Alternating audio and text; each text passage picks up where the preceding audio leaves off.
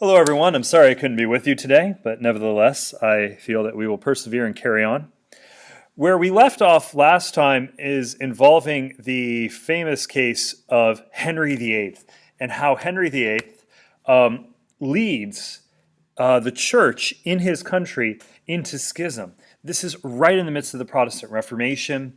And yet, at the same time, we know now, or as you learned yesterday, Henry was very much opposed to the sort of Reformation, Protestantism spreading that was unfolding, especially like in Germany, spearheaded by Martin Luther. And yet, Henry, something else happens. And we talked about this briefly last time.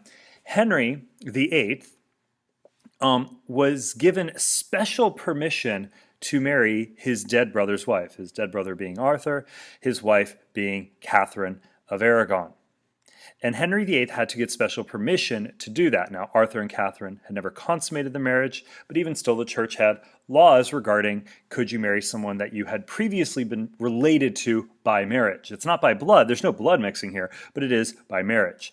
Since Arthur and Catherine had never consummated it, the church gave Henry special permission. Henry and Catherine, despite Henry's frequent infidelities, Henry and Catherine get along. They have children, only one of whom lives to adulthood, a girl named Mary. Henry has multiple mistresses, but one of them really demands to be queen. She frustrates Henry in this regard, and this woman is Anne Boleyn. Anne, coincidentally, her sister had also been a mistress to the king, and her sister, named Mary, sorry, there's a lot of Marys and Annes and Catherines floating around. Her sister was a mistress for a number of years, and then she was given nice treatment, and then she was kind of married off. And nothing evil, nothing bad directly in that sense happened to her, befell her.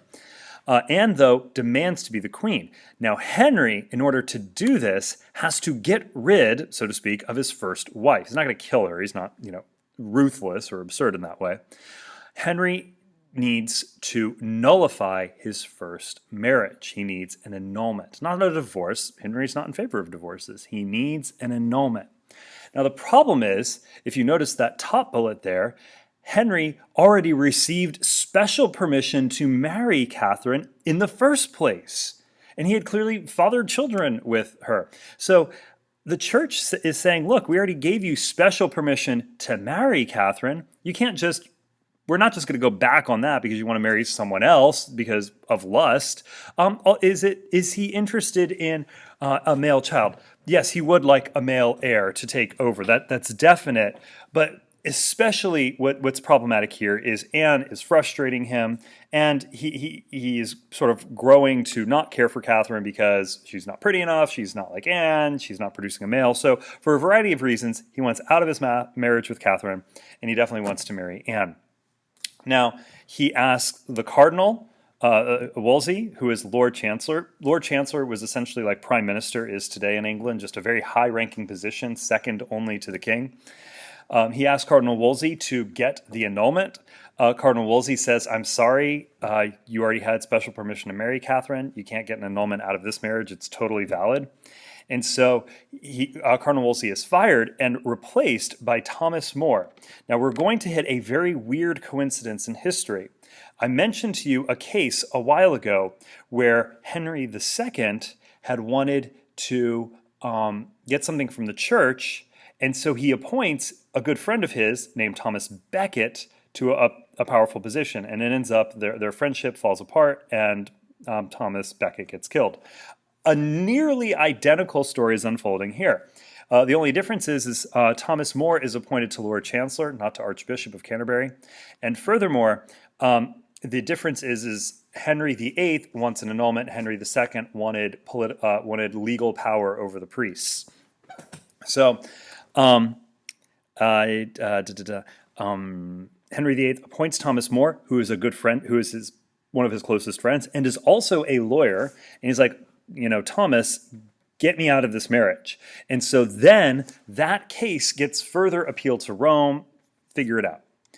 Taking this a step further now. Now, other men. Now, here's the thing. Henry VIII, not a fan of Luther. Luther's definitely not a fan of Henry. But several men in powerful positions begin sort of dropping thoughts into Henry VIII's ear. And here's kind of pretty much how the argument works. They're like, Henry, you're king of your whole country, right? And Henry would say, yes, of course I am. And he's like, well, you're king over everything in your country, right? And the answer would be, yes, that's logical to say. He's like, you are king even of the church in your country, right? And this is the difference. This is the new argument now. Like they're kind of encouraging Henry, just you're king. Why don't you be king of the church in England? They're not saying start a new religion. They're not saying here's 1,000 heresies. They're saying just take charge of the church. And if you're in charge of your own church, you can do whatever you want to in your church, including giving yourself this annulment. So do it that way. And Henry is intrigued by this idea, but he doesn't know how to move forward. So he goes to all of the bishops in England. There's a meeting, a gathering of all the bishops in England, and he asks these hundreds of bishops, would you support my declaring myself or making myself or becoming the head of the church in England? And all of them, except one, say yes. They're all like, yeah, that's a great idea. That's wonderful. The one bishop who says no to Henry VIII very forcefully is John Fisher. And John Fisher is the Archbishop of Canterbury. He's actually the highest bishop in England. And John Fisher's like, no, you're going blatantly against the Pope. You're going blatantly against the church. I cannot support this. So at around the same time, in 1532, Thomas More, Henry VIII's good friend, steps down. He's like, and he doesn't directly say why, but it's very clear that he wants no part in these dealings. He doesn't want to get caught up in a situation where he's going to have to choose, and so he actually steps down. In 1534, in March, 1534 is an important year. In March of that year, Pope Clement gets back to Henry and says, sorry, I've looked into the matter myself. This is the highest case in place. The Henry could appeal his case. He's like, look, I'm sorry you're not happy with your first wife, whatever, but you are validly married to her. There's no way out of this. We can't just say, no, it didn't happen. It totally did happen. So queuing up 1534 now. Henry convenes Parliament to deal with this, and you may recall in your study of early American history how you may recall leading up to the American Revolution there was the Stamp Act, the Quartering Act, and the Paper Act, and all of these, the act of this and this act, etc. Well, here's a couple of other laws that happened. The first was the Act of Secession. And what this does is very much a breaking away and also a question of who the next king or queen would be. In this law, it's actually a bunch of statements. And what it says, very simply as you can read, that he says his first marriage was invalid. He should never have married her. His second point is that Elizabeth, his daughter that he has with Anne, is his sole successor. So getting rid of Mary, who is Catherine's daughter, or his daughter with Catherine. And they're not married yet, but Elizabeth is already around. Now, then, though, this is kind of the tricky part here. This law and the one following both come with an oath that you have to swear that you agree with. So let me make this clear. It's not just the law is a statement. The law is that you have to agree with all of these statements, and even taking an oath up to it. Now, is everyone in England going to have to take this oath? No. Now, if someone is suspected of not believing this, if they're spreading dissent, sure, they may be required to take the oath. But especially people in powerful positions would be taking this oath. Anyone could go up to any administrator of justice, any sort of bailiff or policeman could go up to you and demand that you take this oath, and you would have to swear it, otherwise you would face serious consequences. And now the oath, the problem with it is that it denies papal authority. It denies that the Pope has any authority over the church in any which way, shape, or form. So Thomas More, even though he's resigned and is trying to avoid the public picture, he refuses to take the oath, as does Archbishop John Fisher, both of whom are arrested for this.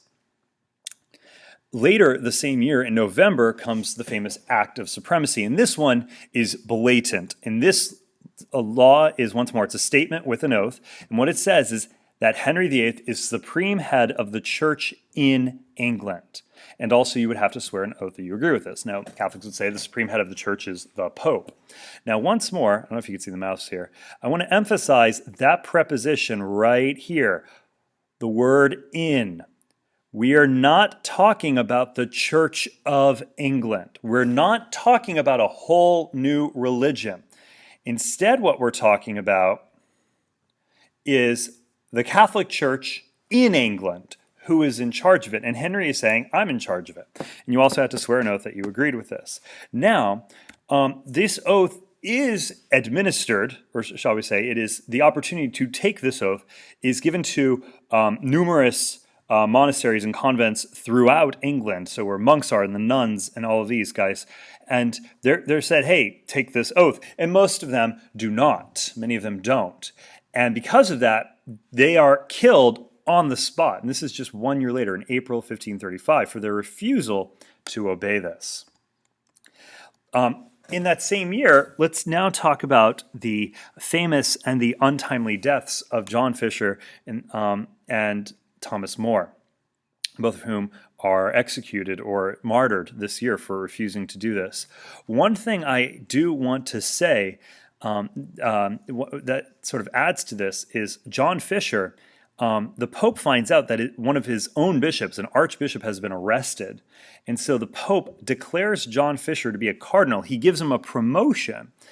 And Henry VIII pretty much says, look, I don't care. And actually, it's famous. Cardinals wear red hats as a sign of their office. It's actually the bird, the cardinal, is named after them.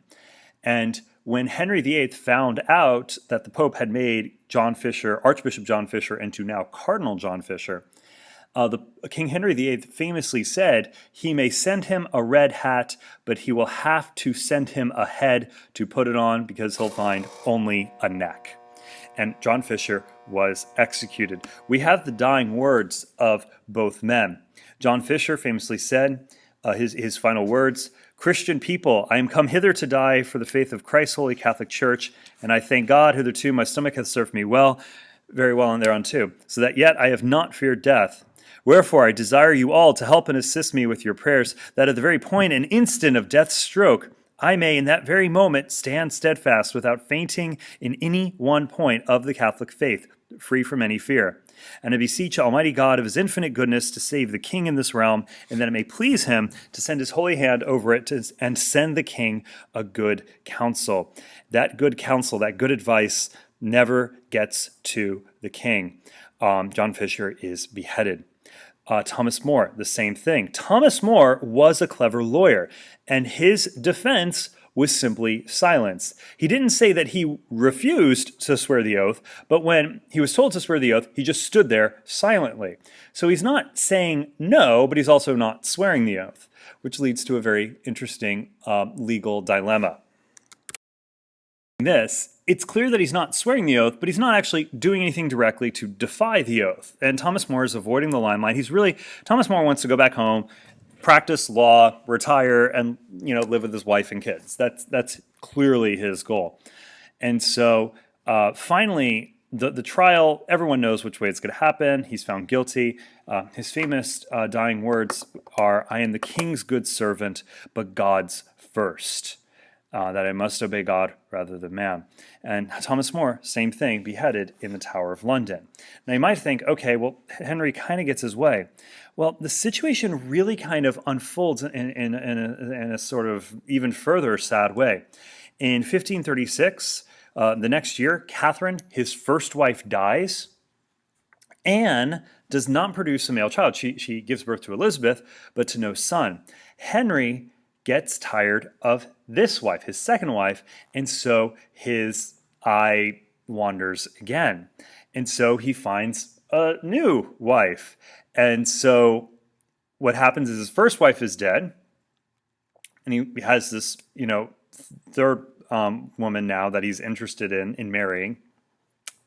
And so in May of 1536, May 19th, Anne Boleyn, his wife, the queen, is executed on charges of adultery and incest at the age of 30. Now, to clarify this, most historians are fairly confident that she was by no means guilty of really either of these crimes, that this was a way to get rid of her. And you know, definitely, you know, she's 30 years old and all sorts of stuff like this. If a queen, just to clarify, the incest is just everyone's like, ew, gross, which, you know, yeah, you're right. But especially the adultery. If a king is unfaithful, he might father children to all these women, but they won't be, most of the time, the king. If a queen is unfaithful, though, she is potentially putting a usurper on the throne. And so that's why a queen's infidelity is so much higher. So Anne is executed, and so Henry then pursues his marriage to a woman named Jane Seymour, which that in name means typically a lot more to people of my generation than people of yours. But Jane Seymour is also a famous actress. Now, how many wives does Henry VIII have? Well, this is his third wife. Well, how many does he have total? He ends up having 6 wives. And I want to teach you a little rhyme. It's a bit macabre, but it will help you remember. I've never had students forget this. How do you remember the 6 wives and what happens to them? Very simply. It's not about their names, it's about what happens to them. Here we go. What happened to his 6 wives? In order. Divorced, beheaded, died. Divorced, beheaded, survived. That's what happened to his 6 wives. He divorced the first one. He beheaded the second one. The third one died of natural causes. The fourth one he divorced.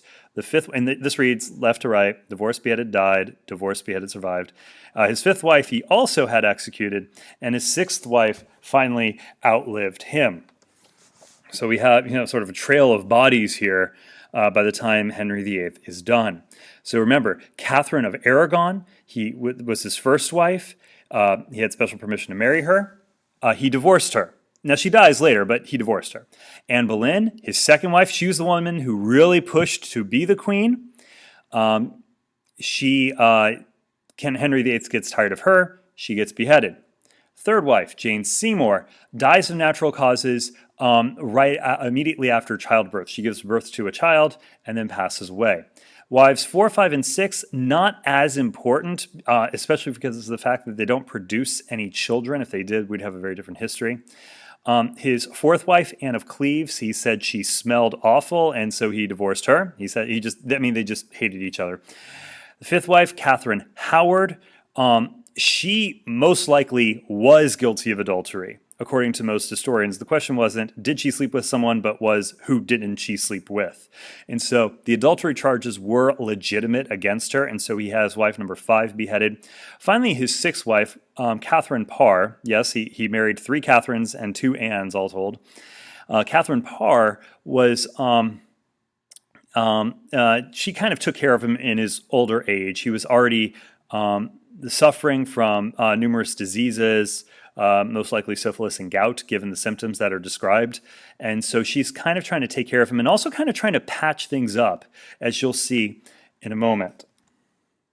Now, I want to emphasize these 3. You have to know what these 3, what's going on with them, their faith, their children, their children's faith. Okay, and this is in order. 1, 2, 3, Catherine, Anne, and Jane. From Catherine of Aragon, he had Mary. From Anne Boleyn, he had Elizabeth. And from Jane Seymour, finally, a son, a legitimate son to a queen. He had a son with one of his mistresses, but that boy would never become king. And the son is Edward VI. And also, these are their ages. Mary is the eldest, then Elizabeth, then Edward. Hopefully you can figure that part out. Now, a very interesting thing I want to show you very quickly. Catherine Parr, I'll go back to that, don't worry. Catherine Parr, on the lower right corner here, she wanted Henry to patch things up with his family. There's been years of, nearly 20 years of a lot of familial problems, that someone's never going to be the king, that they are going to be the queen, etc. And all of these things, all of these tensions, all of these problems, these statements, these restatements, these ignore the prior statements. So Catherine really wants Henry to smooth things over. And so what Henry does is he passes a law, a statement or whatever, declaring who would be king next if he were to die. And so when Henry dies, right before he dies, he declares that this is the order that will be followed, that the one who will take the throne after him will be Edward, After Edward, if Edward dies without children, it will go back to Mary. We'll go back to Elizabeth. So the priority is for the men. And this is, I believe still currently law in England, that the priority goes to the boy. Even if there's elder girls, the boy goes first. So that the priority is that Edward goes first, then Mary, and if Mary dies without any children, then it goes to Elizabeth. And after that, then it's like cousins and stuff like that. Okay, what no one could have guessed, what no one would have believed, is that all three children will rule the throne, will sit on the throne of England. Henry dies, Edward takes over. Edward dies as a boy. Edward's like a child when his dad, Henry VIII, dies. And so Edward is really kind of ruled by, he has advisors who are essentially ruling the country. Edward dies as a boy. Mary takes over, and one sec. Okay, fixed it. All right, Mary takes over.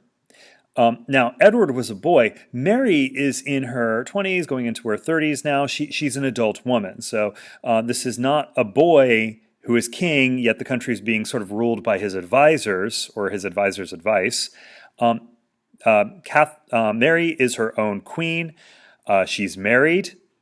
The problem that is her having a child, and the poor woman suffers from miscarriage after miscarriage, and then finally she gets pregnant, even to the point where she's showing, even to the point where people are beginning to be able to see that you have a baby bump, your baby's on the way, the next king or queen will be here. And what happens there is she dies. Mary dies in the midst of her pregnancy. And so afterwards, they did an autopsy to see if she was pregnant, what had happened. And they discovered that she actually was not pregnant at all, but quite unfortunately had cancer, had uterine cancer so pronounced, the cancer was what was actually showing, so pronounced that people mistook it for a pregnancy, and that probably was the reason she was never able to have children. So Edward rules for a few years, around a little over 5 years. Mary, the same thing, only rules for about 5 or 6 years. And then Elizabeth, the third now child of Henry VIII, becomes the Queen of England. Now, Elizabeth, a very young woman at the time, and Elizabeth rules for a good 45 years. I mean, just a very long reign in comparison. Now, there's something else I want to emphasize now, and that is the faith of these people. Okay, Edward the Sixth, his advisors, these high-ranking nobility and such, are very Protestant in their leanings. They want to break away from the church, the Catholic Church. And I'll explain why on the next slide. But they push Edward towards even further getting rid of Catholicism, going even further away from where Henry VIII had gone. Mary reverses what Edward had done. So Edward, yes, is getting rid of people. There is executions, etc. Mary does the same thing except in reverse. She wants to bring the country back to Catholicism. Mary is very much, her mother was a good Catholic woman. Her grandmother, her grandparents in Spain, very solidly in their faith. So Mary who is Catholic, she wants to fix Catholic England. It had a brief moment with her father. It had an even briefer moment with her half-brother. She wants to fix the nation, just bring it back on track. And so she does this, and she's brutal, just like all of her half-siblings are here, about making this happen. And so Mary executes some people as well. This is actually where she gets the nickname Bloody Mary. It comes from the executions that she did. Is that to say Elizabeth and Edward never executed people? No, they completely executed people. Mary executed about 300. Edward, it depends on military actions, into the thousands. Elizabeth as well, quite a few people. But most people go, well, wait a minute, well, how come she's Bloody Mary and Elizabeth is known as Good Queen Bess? And this is one of the oldest rules of history, that the history is written by the winners. So much in the same way that if imagine the Nazis won World War II, they would have a very different version of their history and how they came to power and what they were about. In a similar way here, Elizabeth enjoyed being queen for 45 years. Um, it was substantially more than Mary. So Mary, going back to this now, this order, Edward Protestant, Mary tries to bring back Catholicism, and she does briefly, but then really Elizabeth reigns for the next 45 years after her sister dies, and in this time Elizabeth tries. There's a reason there's a question mark with Elizabeth. Elizabeth tries to do to sort of be above the Protestant Catholic problem. She sort of undoes a lot of her half sister Mary's policies, the Catholic. She's not as actively trying to enforce it initially. I'll go outside. You want to go outside? Yeah. You can go. Let's go outside. 2, 3. Yep, those are numbers. 1. Yeah, edit this out now. Anyway, Elizabeth tries to not be a Catholic or a Protestant queen, and there are Catholics allowed, there are Protestants allowed. There are still people who are executed. There's numerous people who are executed during Elizabeth's reign. And now, after a while, though, the Catholics are adamant that they want their sort of a king or queen back in position, and there is a plot afoot to get Elizabeth off the throne, assassinated, and replace her with a cousin who happened to be Catholic. And that plot falls through, people are executed. And because of that plot, because of that Catholic plot against her, Elizabeth sides. Now, she was already leaning this way anyway, but Elizabeth sides much more heavily with the Protestant side of the spectrum. And that's really sort of cemented in for the rest of England's reign. There's also even been said, Elizabeth, the Virgin Queen, who never gets married, Elizabeth is also said by some. Part of the reason some have said, for her not getting married was possibly to avoid this question, was to avoid, because there would be some presumption that whichever man she would marry, that she would kind of be endorsing his religion, or that she would perhaps even adopt that religion. And so she tries, some have speculated that that's the reason why she avoids marriage her whole life. So let's bring this to the final point. And there's so much on this slide that makes so much stick and last. Henry VIII, going back a little bit backwards prior to his children, Henry VIII does something very powerful that sort of forces England towards this position away from the Roman Catholic Church. And that is, he dissolves the monasteries. He literally disbands. He tells monks, nuns, go home, and he keeps the land. Like, he takes and confiscates the land. This is what I would call something of a Cortez move. Cortez, the famous conquistador, when he arrived in Mexico with his fleet of ships, he burned all of them. He burned all but like one small little ship. He burned all of his ships, telling his men, we are not going home until we are victorious. And the idea is he burned his ships, sort of like burning the bridges behind him, which forces you, it compels you to move in a particular direction, forward or whatever you want to say about Cortez. This is what Henry VIII does. By getting rid of the monasteries and taking this a step further, he takes that land and gives it to a lot of the nobility. So you can look throughout all of Europe and elsewhere, like, how are these people so wealthy, so rich, and especially in England, where the nobility just is flush with cash. And it's like, well, where's all this coming from? And the answer is, not only do they already have tremendous land holdings, but then they gain the land holdings of all of these monasteries and stuff, and this is, doubling, tripling, quadrupling their value, their ability to profit from this. And so the nobility, out of anyone in England, the nobility never want to initially there at this time, they never want to reunite with the Roman Catholic Church. Mary, Queen Mary, when she's like, "Hey guys, we're going to go back to Rome," they're like, "No, we don't want to." Because why? Because all of this land that they hold, then they're like, they're going to have to give it back, and they obviously they don't want to do that.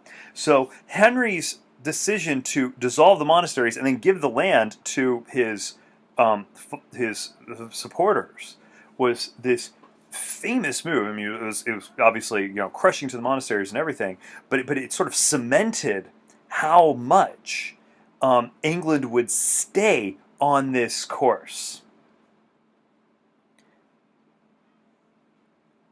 So by the end of it all, by the end of Henry and his children, the English church, we could safely say, is in schism. It has broken away from the Church of Rome. All of the bishops and priests who were there were, still really bishops and priests. That does not continue. They changed the words of ordination, all this stuff, but and sort of become different. But Henry VIII dies believing himself to be Catholic, and it seems strange. It's like, no, how can he possibly think that? He thinks he is head of the Catholic Church in England. He does not believe he started a new religion. He doesn't believe that he's gone into schism. He actually practices. I mean, he's praying a rosary daily. There is a very sort of strange set of circumstances that he honestly, truly believes that he simply happens to be, so to speak, not literally, but he happens to believe that he's the Pope of England in a certain sense. And that's not literally what he would ever say, nor anyone at the time, but it's sort of the analogy of what he's thinking of himself as this. He rules over the church. What he says becomes law, becomes fact, becomes dogma, becomes the practice. And all of this was done to simply dissolve these marriages, to nullify this one little marriage. He at the same time, he never advocates divorce. You might think, oh, well, Henry VIII got his divorces. We say the words divorce beata die, divorce beata survive. We say divorce loosely because that's pretty much what he's achieving. He never gets the annulment. He's just pretty much achieving a divorce. But he never actually promotes divorce. He doesn't make divorce legal in all of England for years to come. It's still the marriage is preserved, marriage till death do you part with some annulment exceptions, but that's the standard of law. And how much further away the church in England will get is achieved with Edward, who, even though he's young, he is very much a very sincere Protestant, and he and especially his advisors, the nobility, who are all super Protestant now, they are pushing this, and then especially Elizabeth as well. By the time Elizabeth is done being queen, we are no longer talking about the Catholic Church in England. We're talking about the Church of England, a separate religion denomination at this time. I think that's where we'll end today. So you have a bit of an assignment. Your sub will read to you, and I hope all of you have a wonderful day. Bye.